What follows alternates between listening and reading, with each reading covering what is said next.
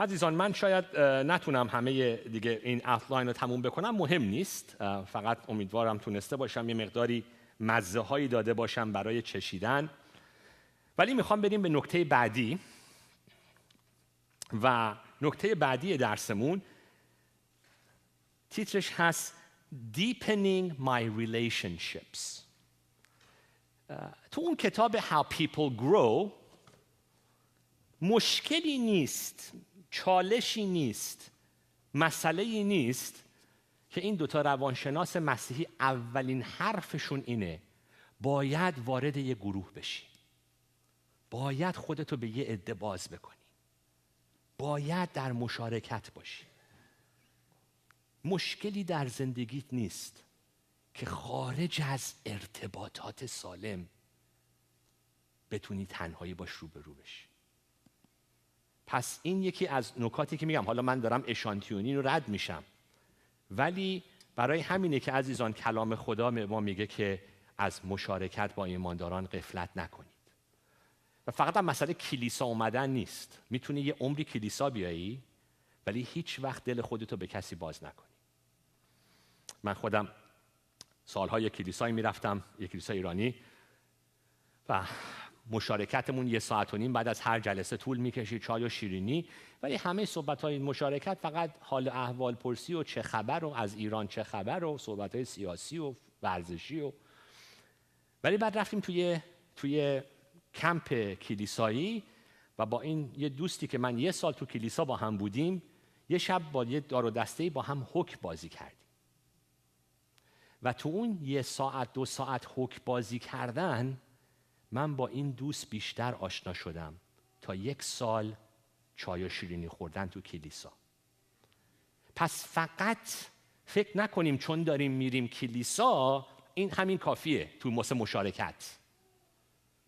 صحبت دنبال کردن روابط عمیقه. و من یک کتابی رو درس دادم، قرار 2-3 هفته دیگه شروع بشه به پخش شدن توی کانال محبت و اسم کتابش هست Safe People، افراد امن. و اینم از برادرمون هنریک، که الانم هنریک جانم رفتن، از برادرمون هنریک گرفتم این کتاب رو، یعنی توصیه شد به من.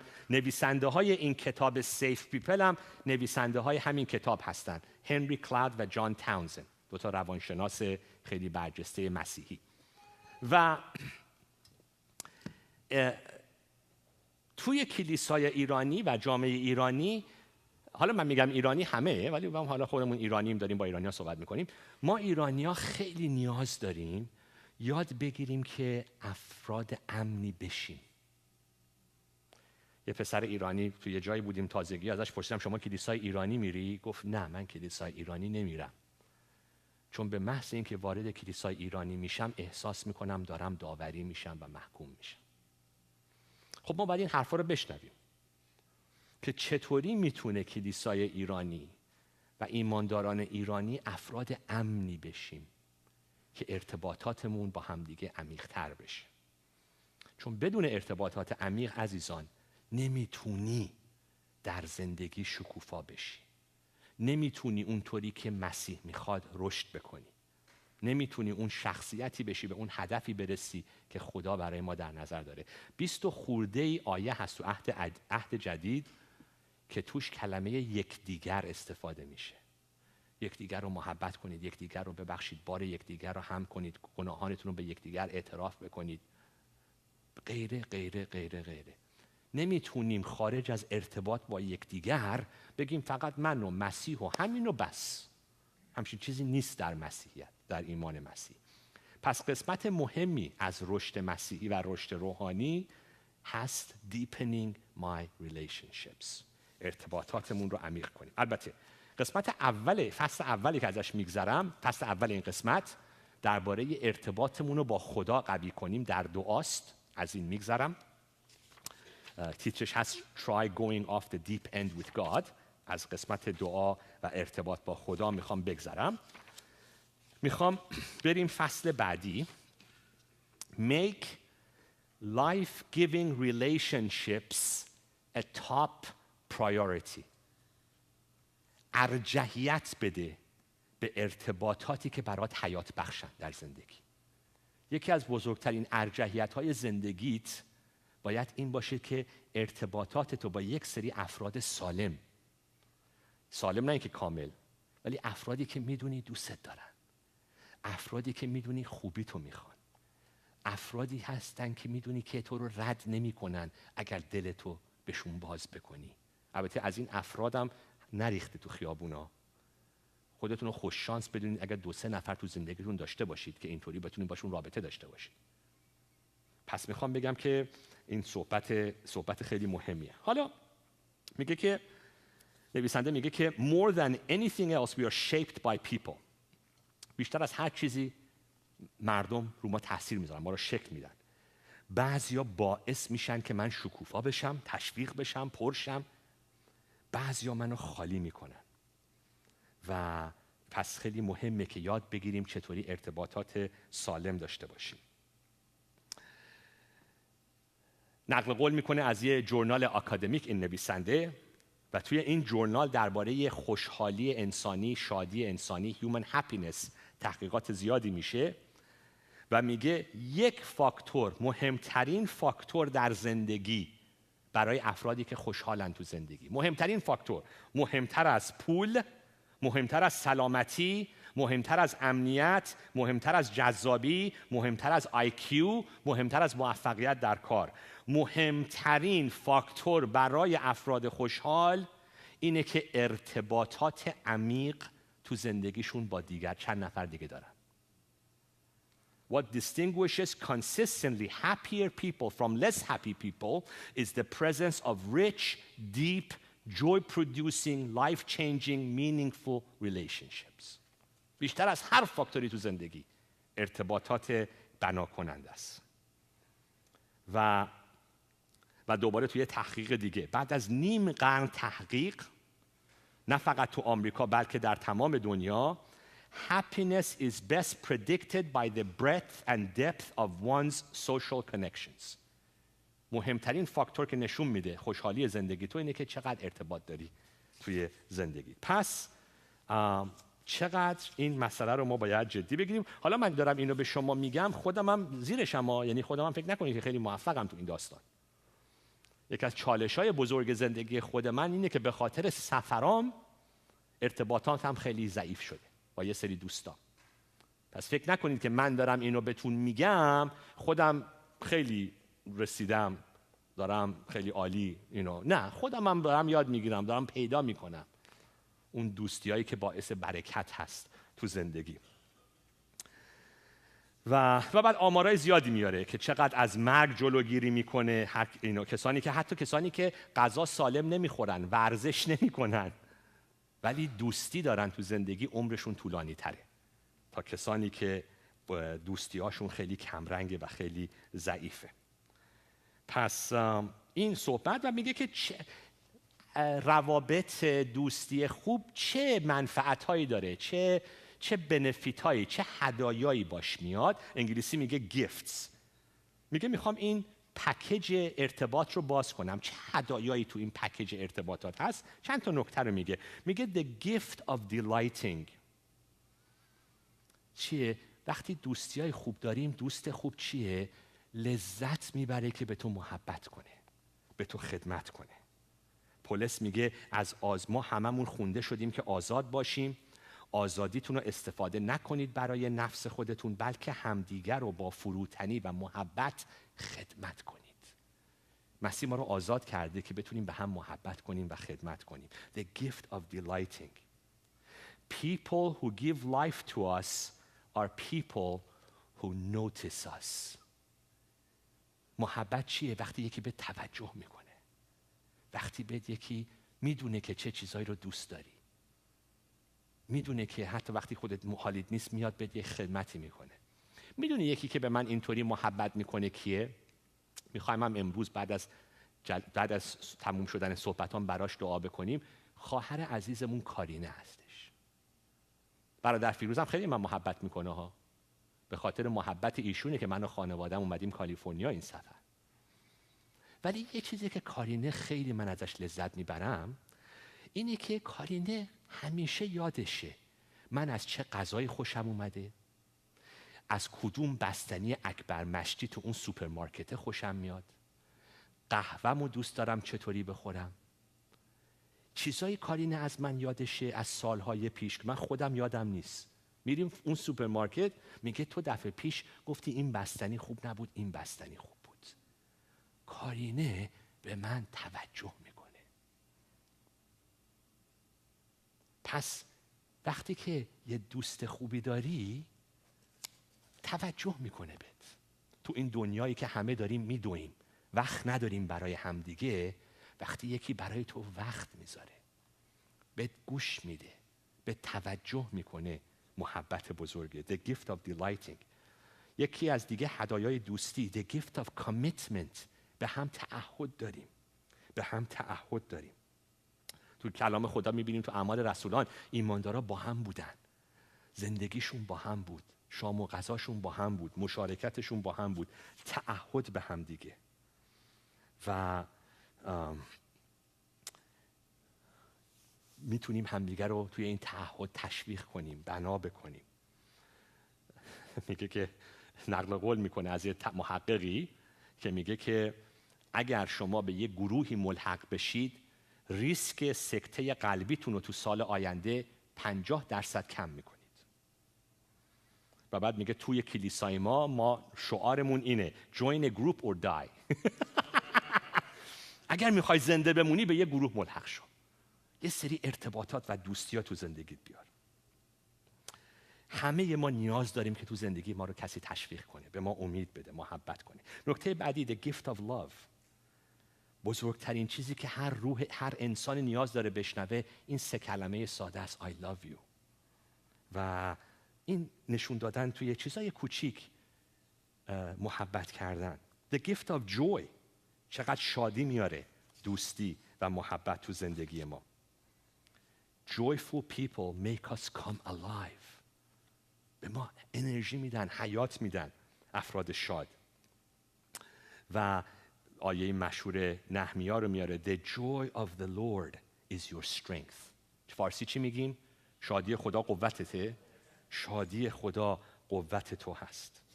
وقتی که ما شادی داریم عزیزان، وقتی که شادی تو زندگی هست، راحت‌تر میتونیم مقاومت کنیم با وسوسه، راحت‌تر میتونیم ادامه بدیم با امید، راحت‌تر انرژی داریم برای محبت کردن. همونطوری که ما نیاز به آب و هوا داریم و غذا، نیاز به شادی داریم. نکته بعدی the gift of belonging. احساس میکنیم که تعلق داریم، یه جای خونه ماست، یه جای محله ماست، یه جای کلیسای ماست، دوستای ما، رفقای ما، مشارکت ماست. پس متعلق هستیم به یه جایی. و یه مثال خیلی قشنگ داره، نمیخوام الان دیگه بخونم اینجا، درباره همین رابطه عمیق، ارتباطات عمیق و محبت. میخوام تموم کنم با نکته بعدی، فصل بعدی که خیلی نکته بعدی. بذار 2 تا فصل این قسمت رو میخونم دیگه. به قسمت ارتباط، تجربه ها و کار نمیرسیم دیگه، وقتمون تموم شد. ولی مهم نیست، حالا قرار نیست هر فصلی رو بخوایم مطرح کنیم، بالاخره یه نکته اصلی رو مطرح کردیم. ولی فصل بعدی توجه کنید، خیلی مهمه. این من براش خیلی دل دارم توی کلیسای ایرانی. فصل 17 تیترش خیلی ساده است، میگه be human. انسان باش. حالا منظور رو مشخص میکنیم یعنی چه انسان باش. جمله اولش خیلی قشنگه، میگه in the church we have a sin problem. ما توی کلیسا مشکل گناه داریم. نه اینکه گفت منظورم یعنی چی وقتی میگم مشکل داریم با گناه. خب همه با گناه مشکل دارن. میگه مشکل ما اینه که ما تو کلیسا درباره گناه نمیخوایم صحبت کنیم. ما وارد کلیسا میشیم و تظاهر میکنیم که مشکلی نداریم. آره دوست داریم درباره گناههای سالها پیشمون صحبت کنیم.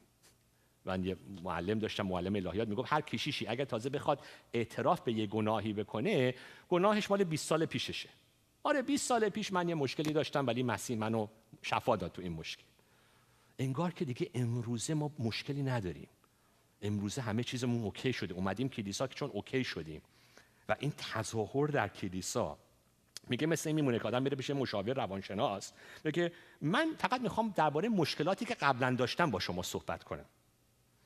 درباره مشکلات فعلیم نمیخوام الان با شما صحبت کنم، چون خجالت میکشم اینا رو مطرح کنم. و صحبت میگه من وقتی میرم دکتر باید مشکلات فعلیمو بهش بگم. صحبت همون مسئله برمیگرده اون مسئله امنیت، که کلیسای ایرانی و ارتباطاتمون باید جایی باشن درست مثل دائم مثال هایی که این نویسنده و خیلی از نویسنده های دیگه میارن عزیزان از مشارکت واقعی، مثال های اون گروه های الکوهولیکس انانیمس هست، گروه های الکلی که با هم جمع میشن، معتاد وقتی میان با هم جمع میشن کسی تظاهر نمیکنه که مشکلی با اعتیاد نداره، همه اومدن، همه هم معرفی میکنن خودشونو و همه اونایی هم که اونجا هستن میدونن مشکل همشون چیه و به همدیگه سلام میکنن، همدیگه رو قبول میکنن، به همدیگه محبت میکنن. کسی نمیاد تو اون گروه بگه من اوکیم، مشکلی ندارم. و تو کلیسا یکی از مشکلات بزرگ ما اینه که فکر میکنیم باید تظاهر کنیم که همه چیز اوکیه. خدا رو شکر مسیح پیروز شده روی همه مشکلات و مسائل من. آیا کلیسا جایی هست که من بتونم بیام اعتراف کنم که مشکل زناشویی دارم، مشکل دارم با اعتیاد جنسی، مشکل دارم با حسادت، مشکل دارم با حس رد شدگی، مشکل دارم با شک و ناامیدی، مشکل دارم با حسادت، مشکل دارم با بی‌اعتمادی به خوبی خدا و غیره و غیره. آیا حالا کلیسا نه، اگه روابط با دوستی هایی هست، دوستی های روحانی، آیا اصلا جایی هست که من بتونم این آشغالام رو بخوام بیارم جلو؟ حالا میگی چرا مهمه من خودم رو باز کنم به کسی، الان وارد این صحبت خواهیم شد. ولی واسه رشد روحانی عزیزان، برای رشد روحانی ما باید واقعی برخورد کنیم با این مسائل و اون نیاز داره به یک سری روابط عمیق و امن. و نویسنده میگه که the spirit flows in transparency so come as you are. روح خدا کجا جریان پیدا میکنه؟ جایی که شفافیت هست. تا موقعی که انکار کنی، تا موقعی که فرار کنی، تا موقعی که قایم کنی، عزیزان خدا نمیتونه تو کار کنه. موقعی که وامیستی از تقلا، تسلیم میشی، اعتراف میکنی، باز میکنی خودت رو، چون میدونی که دیگه در عیسی مسیح محکومیتی نیست. رومیان 8:1. برای اونایی که متعلق به مسیح هستن محکومیتی نیست، پس میتونی روبرو بشی با آشغالای زندگیت. The spirit flows in transparency so come as you are. روح خدا تو شفافیت کار میکنه، پس همونطوری که هستی بیا. When you can step into openness and stop pretending, you find yourself coming alive. وقتی تو از تظاهر کردن دست برمیداری و وارد یه فضای باز میشی، حیات، زندگی میاد.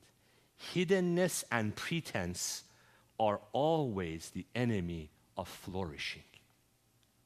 قایم شدن و تظاهر کردن دشمنهای شکوفایی زندگی روحانی، دشمنهای رشد در کلیساست. مسیح ما رو طرد نمیکنه، مسیح ما رو تحقیر نمیکنه. وقتی که من با کسانی هستم که منو عمیقاً میشناسن و منو قبول میکنن، میتونن شکستگی های من رو قبول کنن و از طریق همون قبول کردن مثل یه دکتر هستن که دارن منو لمس میکنن و جاهای شکسته من رو شفا میدن. لمس اونها باعث شفا میشه وقتی کسانی هستن که منو میشناسن و من رو میپذیرن. یه جمله خیلی قشنگ، اینو گوش کنید، از اون جمله های خیلی مهم زندگیه. I can only be loved to the extent that I am known. I can only be loved to the extent that I am known. یعنی چی؟ من تا اونجایی میتونم محبت رو بپذیرم تا اینو یکی با فارسیشو کمک کنه فرید جان. یا I can only be loved to the extent that I am known. حالا منظور رو من باز میکنم. ببین من فقط تا اون حد میتونم محبت رو تجربه کنم، تا اون حدی که یکی منو شناخته. البته اینم هنوز معنی نمیده. باز میکنم. الان باز میکنم.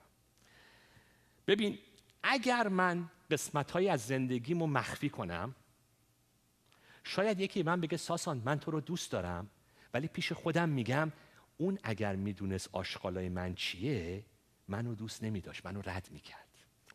اون میگه من تو رو دوست دارم چون من واقعی رو نمیشناسه، داره یک تصویر ناقص یا کاذب از من رو دوست داره.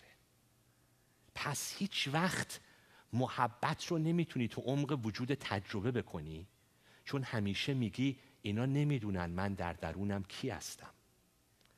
ولی وقتی یکی درون تو رو بدونه و بعد به تو بگه من هنوز تو رو دوست دارم، اون موقع از طریق محبت اون دوستت محبت خدا رو هم داری بیشتر میچشی.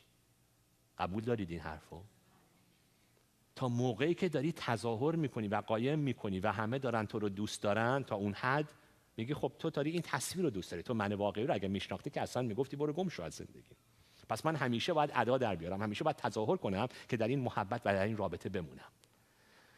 ولی یه محبت امن، یه رابطه امن که میگم زیادم نیستا، خودتون رو موفق بدون اگه 2-3 تا پیدا کردی تو زندگی. خودش مثال میاره نویسنده و اینجا آیه کتاب مقدس هم هست تو رساله یعقوب، گناهان خود را به یکدیگر اعتراف کنید، برای یکدیگر دعا کنید تا شفا بیابید.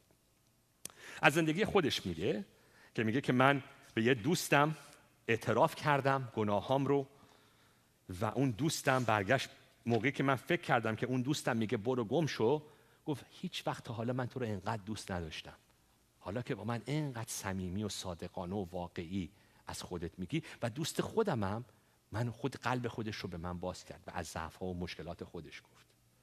پس تا موقعی که از همدیگه قایم میشیم محبتمون خیلی سطحی تره و رو همدیگه هم نفوذمون خیلی کمتره. ولی موقعی که ارتباطاتی پیدا کردیم تا بتونیم یواش یواش خودمون رو باز بکنیم، اون موقع اون تغییر و تحول محبت روی ما بیشتر کار میکنه. و بعد این دیگه حالا از یه قسمتش میگذارم و بعد در آخر تو این قسمت صحبت ارتباطات زندگی هست، عمیق کردن ارتباطات زندگی. نکته قشنگی رو مطرح میکنه تو این فصل، میگه find a few difficult people to help you grow. من خودم یعنی یه سری آدمای مشکل رو پیدا بکن، آدمایی که محبت کردنشون سخته، آدمایی که یه مقدار ضد حال میزنن بهت. یه سری افراد رو پیدا کن تو زندگیت که بهت کمک کنن که رشد کنی. منظور چیه؟ منظور اینه که از یه سری روابطی که برای چالش داره فرار نکن. فقط من به اونایی میپلکم که با من میخورن، هم تیپ منن، رفیق منن، واسه من مشکلی درست نمیکنن.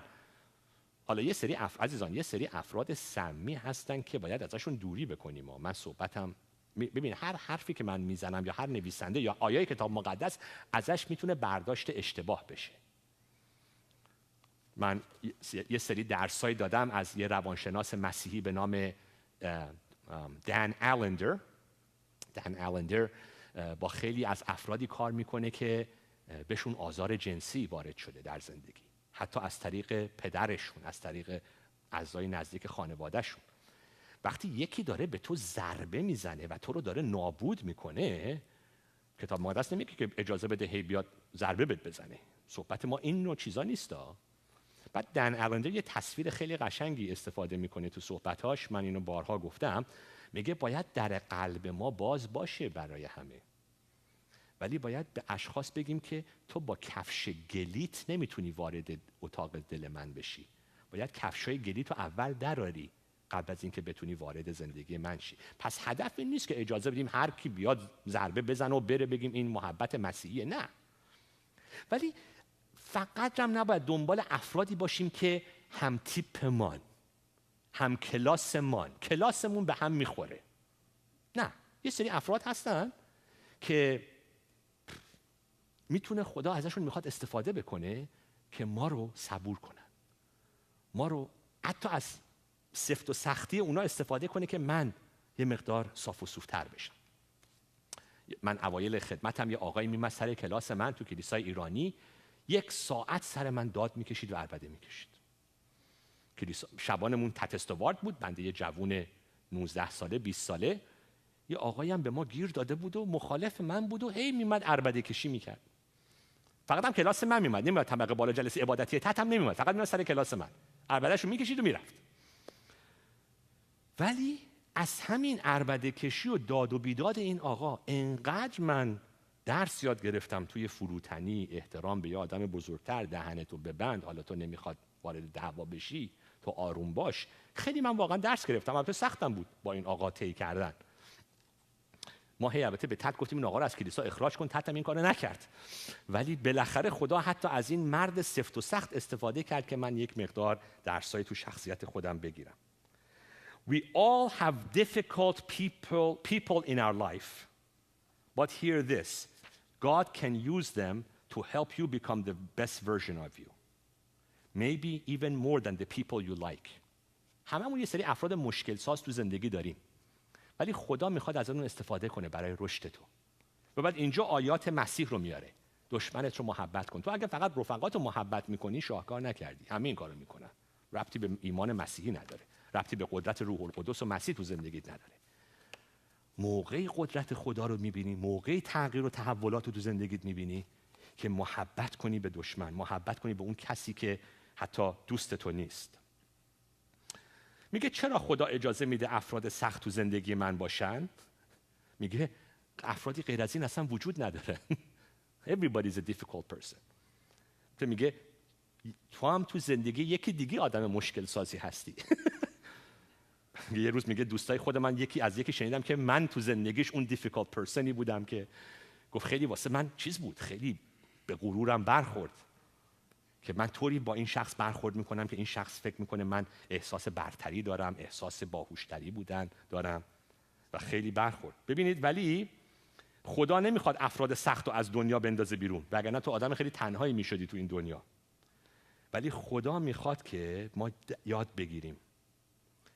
موسی تو زندگیش فرعون رو داشت، ایلایجا جزبل رو داشت، استر هامان رو داشت، یعقوب لابان رو داشت، داوود شاول رو داشت، یحیی تمید دهنده هرودیس رو داشت، مسیح یهودا رو داشت تو زندگیش. اگر خدا تو رو دوست داره و میخواد تو رو شکل بده، افراد سختی هم تو زندگی تو میفرسته که تو رو شکل بدن.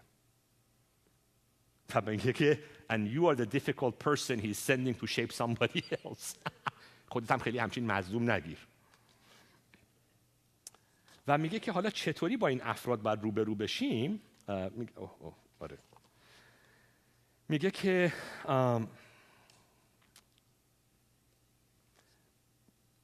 یکی دو تا نکتهشو میگم. Keeping God between you and me. خدا رو بیار در اون رابطه. براش دعا بکن. یکی از بهترین راه‌ها در ارتباط با دیگری اینه که خدا رو بیاری وسط. برای اون شخص دعا بکن. درد و دلاتو نسبت به اون شخص به خدا بده. میگه when I keep God between you and me, I begin to be less afraid of you.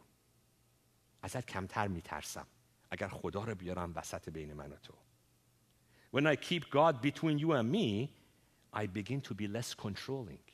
وقتی خدا رو میارم بین من و تو، کمتر کنترل میکنم تو رو. یعنی ببینید مثلا مثال میاره، میگه من با یه آدم سختی روبرو شدم، صحبتایی رو باش کردم که خیلی سخت بود برامون. ولی وقتی که به خدا سپردی، نتیجه اون صحبت و برخورد دست تو دیگه نیست، میتونی به خدا بسپاری. هدف تو بنا کردنه، هدف تو آشتیه، هدف تو اصلاحه، هدف تو تشویقه، هدف تو شبیه شدن به مسیحه، هم برای اون و هم برای تو. هدف تو رشد کلیساست، بنای ارتباطات انسانیه. تو مثلا با یکی باید بری صحبت کنی، یه صحبت سختی بکنی.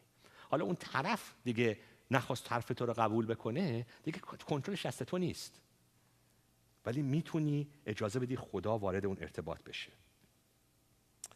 و بعد یه نکته جالبی رو مطرح میکنه، میگه که اینجا حالا یه سری تحقیقات روانشناسی رو مطرح میکنه که تحقیقات نشون داده که وقتی یک عصبانیتی در ما میاد که احساس میکنیم کنترلمون از دست ما رفته و اصلا واقعا یه قسمت مغز تاثیر میذاره و اصلا دیگه ما نمیتونیم منطقی فکر بکنیم تو یه سری حالتهای عصبانیت، میگه 1/4 ثانیه وقت داریم بین یه فکر و یه کاری که میکنیم. 1/4 ثانیه. مثلا من میخوام فوش بدم، فوشو میدم. میخوام فحاشی کنم، اول فکرش میاد، 1/4 ثانیه هست تا عملش انجام شه. میگه روح خدا به ما 1/4 ثانیه وقت میده که من استاپ کنم. ولی میگه اگر استاپ هم نکردم و اون عکس العمل بعد، اون فحاشی، اون حرکت زشت از من بیرون اومد، 1/4 ثانیه دیگه هم وقت دارم که زود جلوشو بگیرم و معذرت خواهی کنم و توبه بکنم. میگه استفاده کن از اون فرصت‌های طلایی. استفاده کن حتی از اون 1/4 ثانیه، برای اینکه هر فکری که اومد تو دهنت نمیخواد بگی. ما ایرانیام ماشاءالله توی این شمشیربازی زبونی خیلی قوی. اینطوری فلان، این تیکه بندازه، اون تیکه بندازه، این کنایه، اون کنایه، اون مسخره، اون فلان فلان فلان. میتونی استاپ کنی. یا اگرم از دهن در رفت یه چیزی که از دهن من خیلی در میره، من اون 1/4 ثانیه رو خیلی متاسفانه از دست دادم تو زندگی با زن و بچه خودم، ولی اقلا دارم بیشتر یاد میگیرم که تو 1/4 ثانیه بعد معذرت خواهی و توبه رو زود مطرح بکنم تا اجازه بدم کش پیدا بکنه داستان. بعد اشاره میکنه به یه سری آیات مسیح که حالا من دیگه اینجا واردش نمیخوام بشم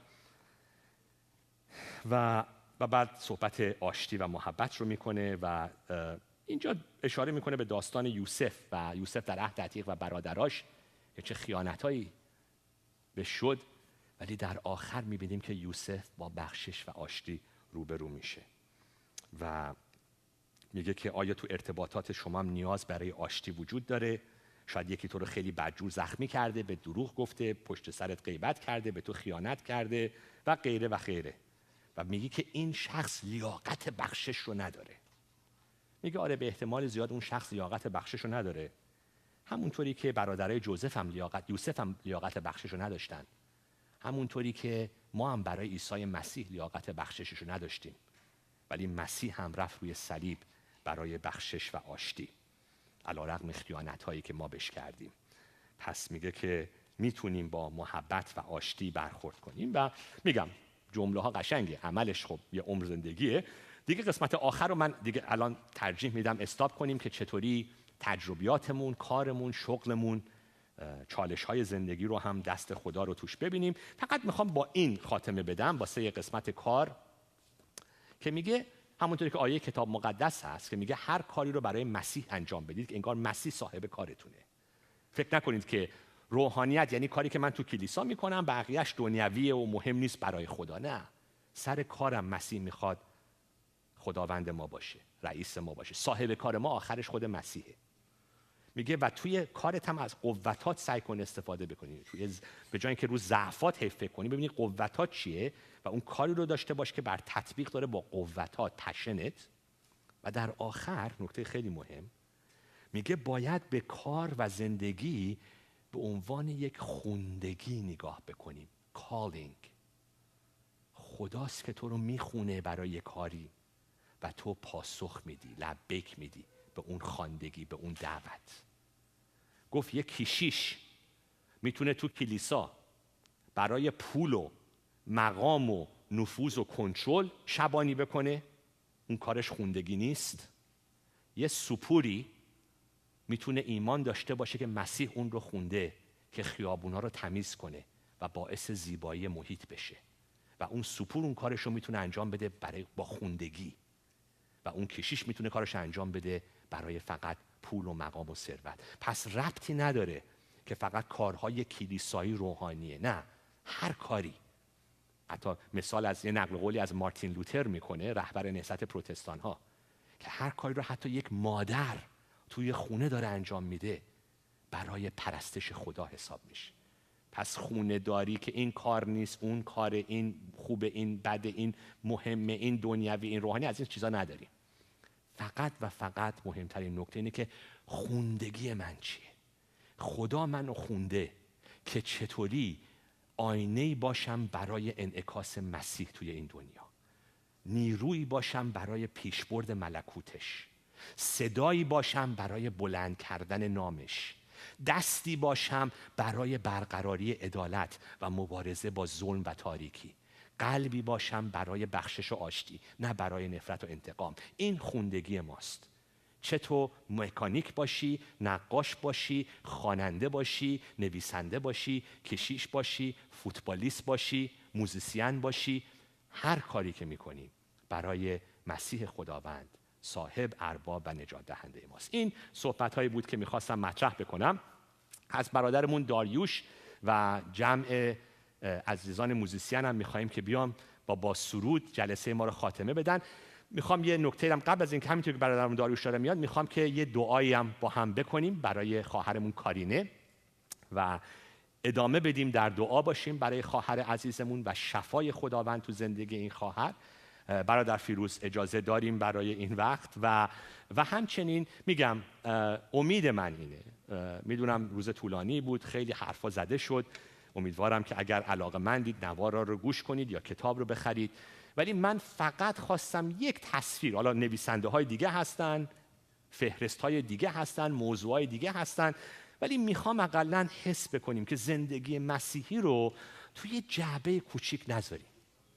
یه شنبه کلیسا و یه ساعت موعظه و یه 10 و یه مشارکت و یه فلان تموم شد دیگه. نه، مسیح میخواد تمام ابعاد زندگی من رو تبدیل کنه، افکارم رو تبدیل کنه، ارتباطاتم رو تبدیل کنه، تجربه ها و شغل و خدمت و کارم رو تبدیل کنه، عمق بده به محبت در زندگی من، به استعدادهام رو تبدیل کنه. پس این رو میخواستم اقلن امروز با هم دیگه مطرح کنیم. اجازه بدید با یه دعا ادامه بدیم و بعد وارد دوباره قسمت خاتمه پرستش و برادرمون داریوش خواهیم شد. خداوندا، توی این جمع امروز جای خالی خواهرمون کارینه برای ما خیلی ملموس هست. خداوندا، به این فرزند زیبات ای پدر آسمانی دوباره این فرزند رو به حضور تخت پرفیض عیسی مسیح میاریم.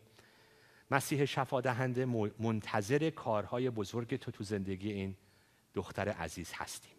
مسیح جان، دستت رو بذار روی سر، گردن، شونه و کمر کارینه.